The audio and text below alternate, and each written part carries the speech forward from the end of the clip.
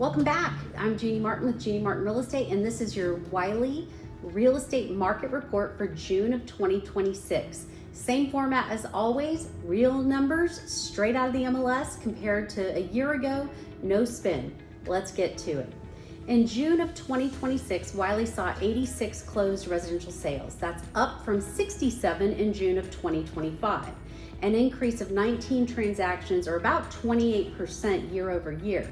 That is a strong jump, and it builds on the momentum we already saw in May when volume was up 26%.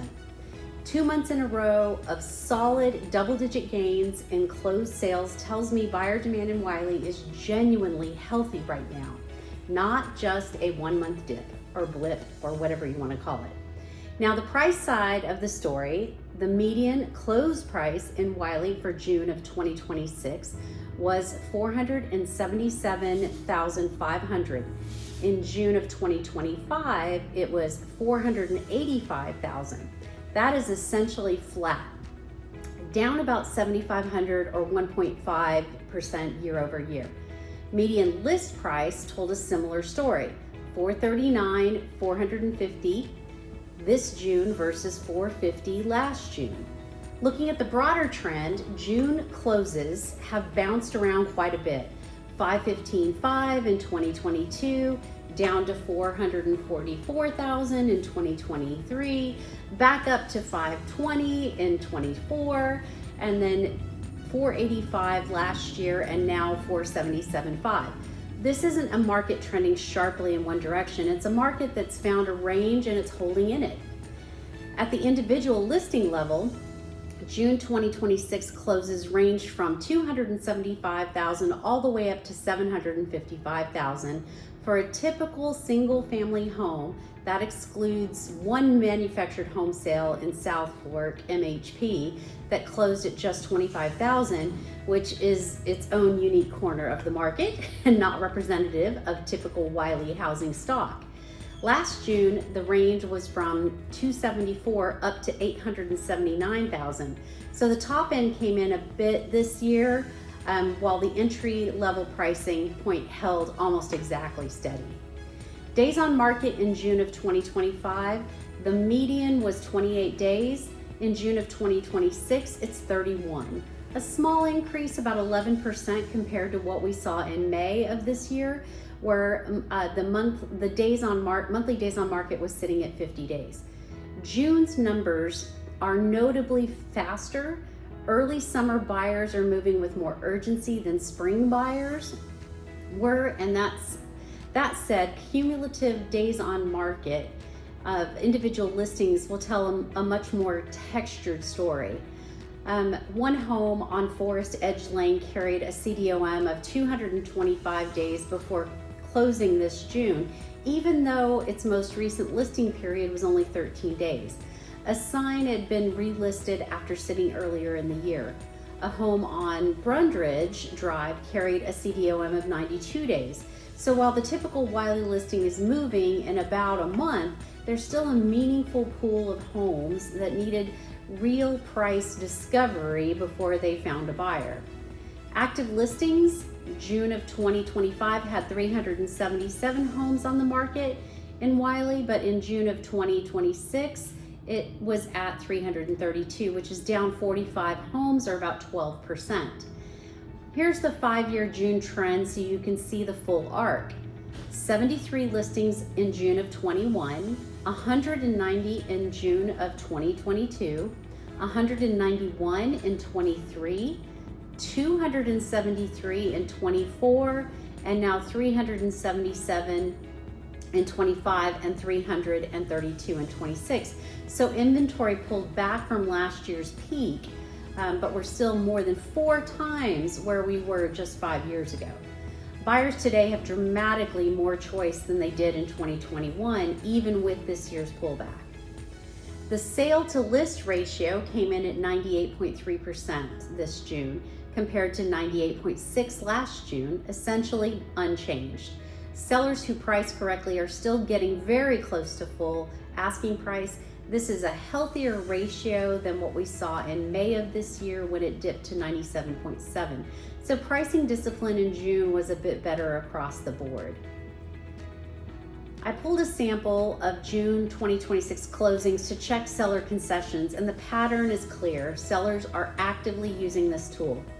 Out of a sample of individual closings I reviewed, concessions included $22,500 on a $440,000 home on Grant, $12,000 on a $430,000 home in Forest Edge Lane, $10,000 on a $376,000 home on Sheridan, and $5,500 on a $620,000 home on Brundridge Drive.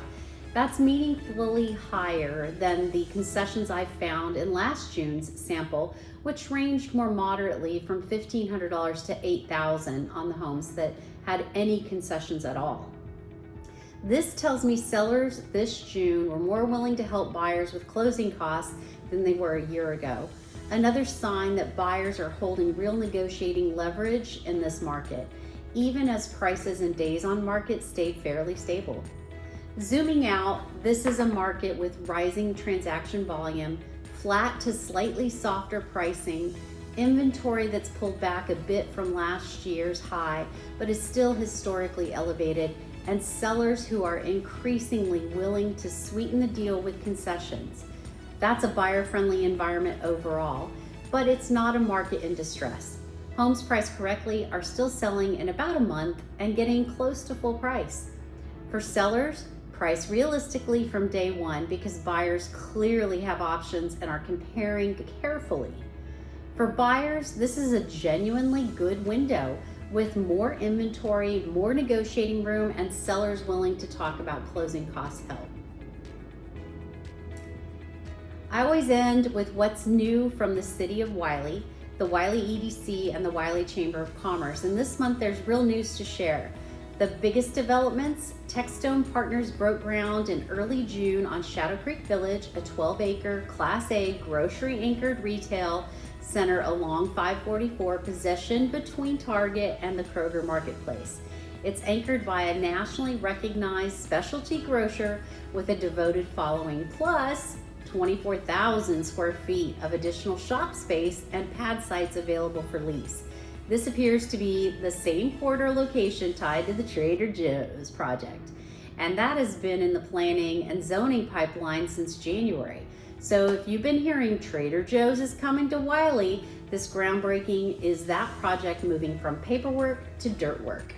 Completion is expected in the first half of 2027. Separately, the Wylie Economic Development Corporation presented its proposed fiscal year 26-27 budget to City Council on June 14th. The headline number, proposed economic development incentive funding, is set to jump from about $1.51 million to more than $5.5 million, supporting projects that include the previously announced Kate's Control Systems headquarters, the TexStone Shadow Creek Village development, and several other projects still under confidential negotiation. The WEDC is also planning a significant step up in infrastructure spending along Highway 544, Gateway Corridor, and downtown parking improvements on Ballard, Oak, Jackson, and Marble Streets. Taken together, this budget signals the city is leaning further into commercial growth heading into next year, which is exactly the kind of investment that supports home values over the long run. Let's bring this home. Your June 2026 Wylie Snapshot. 86 closed sales versus 67 last June, up 28%. Median close price at $477.5, down slightly from $485. Median days on market at 31, up from 28. Active inventory at 332, down from 377. Sale to list ratio is 98.3%, and sellers offering more generous closing cost help than a year ago.